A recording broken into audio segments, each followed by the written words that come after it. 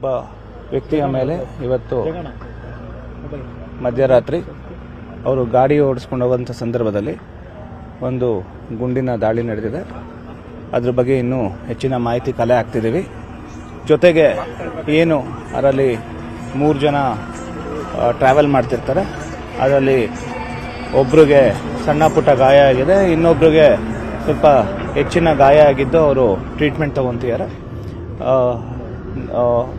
ಅವ್ರನ್ನ ಇನ್ನೂ ಎನ್ಕ್ವೈರಿ ಮಾಡಬೇಕಾಗಿದೆ, ಅವರಿಂದ ಹೆಚ್ಚಿನ ಮಾಹಿತಿ ಪಡಬೇಕಾಗಿದೆ. ಜೊತೆಗೆ ಇದರ ಹಿನ್ನೆಲೆಯನ್ನು ನಾವಿನ್ನೂ ಪರಿಶೀಲನೆ ಮಾಡಬೇಕಾಗಿದೆ. ಇದೆಲ್ಲ ನಾವು ಪರಿಶೀಲನೆ ಮಾಡಿದ ನಂತರ ಇನ್ನೂ ಹೆಚ್ಚಿನ ಮಾಹಿತಿಯನ್ನು ನೀಡ್ತೀವಿ. ಗಾಯಾಳು ಹಿನ್ನೆಲೆ ಏನು ಅಂತೇಳಿ ಸರ್, ಎಷ್ಟು ರೌಂಡ್ ಫೈರ್ ಮಾಡಿದ್ದಾರೆ? ಸದ್ಯಕ್ಕೆ ಮೇಲ್ನೋಟಕ್ಕೆ 1 ರೌಂಡು ಫೈರಿಂಗ್ ಮಾಡಿರೋದು ತಿಳಿದು ಬರ್ತಿದೆ. ಹಾಗೂ ಏನು ಡ್ರೈವರ್ ಇದ್ದಾರೆ, ಅವರು ಡ್ರೈವರಿನ ಮಾಹಿತಿ ಪ್ರಕಾರ ಅವರು ಕೇವಲ ಒಂದು ದೊಡ್ಡ ಶಬ್ದ ಕೇಳಿಸ್ತು ಅಂತ ಅವರು ಮಾಹಿತಿ ನೀಡಿದ್ದಾರೆ.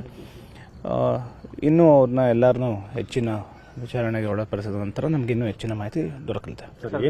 ಬಳಸಿರ್ಬೋದು ಅನ್ಸುತ್ತೆ ಸರ್. ಏನು ಮೇಲ್ನೋಟಕ್ಕೆ ನೋಡ್ತಿದ್ದಂಥ ಸಂದರ್ಭದಲ್ಲಿ ಇದು ಯಾವುದಾದ್ರೂ ಒಂದು ಶಾರ್ಟ್ ಗನ್ ಯೂಸ್ ಮಾಡಿರೋವಂಥದ್ದು ಮೇಲ್ನೋಟಕ್ಕೆ ಕಂಡು ಬರ್ತಿದೆ. ಬಟ್ ನಮ್ಮ FSL ಟೀಮ್ ಅವರೆಲ್ಲ ಬಂದಿದ್ದಾರೆ. ಅವ್ರೇನು ಮಾಹಿತಿ ಕೊಡ್ತಾರೆ ಅದ್ರ ಮೇಲೆ ನಾವು ನಂತರದಲ್ಲಿ ನಮಗೆ ಇನ್ನೂ ಹೆಚ್ಚಿನ ಮಾಹಿತಿ ದೊರಕುತ್ತೆ. ಅದ್ರ ಬಗ್ಗೆ ಇನ್ನೂ ಹೆಚ್ಚಿನ ಮಾಹಿತಿ ಕಲೆ ಹಾಕಬೇಕಾಗಿದೆ. ಕಾರಲ್ಲಿ ಎಷ್ಟು ಜನ ಇದ್ರು? ರಿಟರ್ನ್ ಫೈರ್ ಏನಾದ್ರು ಆಗಿದೆಯಾ? ಅದ್ರ ಬಗ್ಗೆ ಇನ್ನೂ ನಮಗೆ ಏನೂ ಮಾಹಿತಿ ಇಲ್ಲ.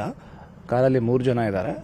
ಸೊ ಇನ್ನೂ ನಾವು ಅವ್ರನ್ನೆಲ್ಲರನ್ನೂ ಕರೆದು ವಿಚಾರಣೆ ಮಾಡಿದ್ರೆ ಇನ್ನೂ ಹೆಚ್ಚಿನ ಮಾಹಿತಿ ದೊರಕುತ್ತೆ. ಬುಲೆಟ್ ಸಿಕ್ಕಿದೆ ಸರ್ ಈಗ ಕಾರಲ್ಲಿ ಫೈರ್ ಆಗಿರೋ? ಇಲ್ಲ, ಸದ್ಯಕ್ಕೆ ಅಂಥದ್ದು ಅದು ಇಲ್ಲ. ಇನ್ನೂ ಸಂಪೂರ್ಣವಾಗಿ FSL ಟೀಮ್ ಬಂದು ಅದನ್ನೆಲ್ಲ ನಾವು ಸಂಪೂರ್ಣವಾಗಿ ಅವರು ಚೆಕ್ ಮಾಡಿದ ನಂತರ ನಮಗೊಂದು ಕ್ಲಾರಿಟಿ ಸಿಗುತ್ತೆ. ಸರ್ ಗಾಯಾಳು ಸರ್, ಅವರು ಏನೋ ಗನ್ಮ್ಯಾನ್ ಹೊಂದಿದ್ರು ಸರ್, ಆ ಗನ್ಮ್ಯಾನ್ ಇದ್ರೆ ಸರ್ ಅವ್ರಿಗೆ ಸೆಕ್ಯೂರಿಟಿ, ಪ್ರೈವೇಟ್ ಸೆಕ್ಯೂರಿಟಿ ಇದ್ದಾರೆ. ಅದ್ರ ಬಗ್ಗೆ ಹೆಚ್ಚಿನ ಮಾಹಿತಿ ಪಡಬೇಕಾಗುತ್ತೆ. Okay, thank you.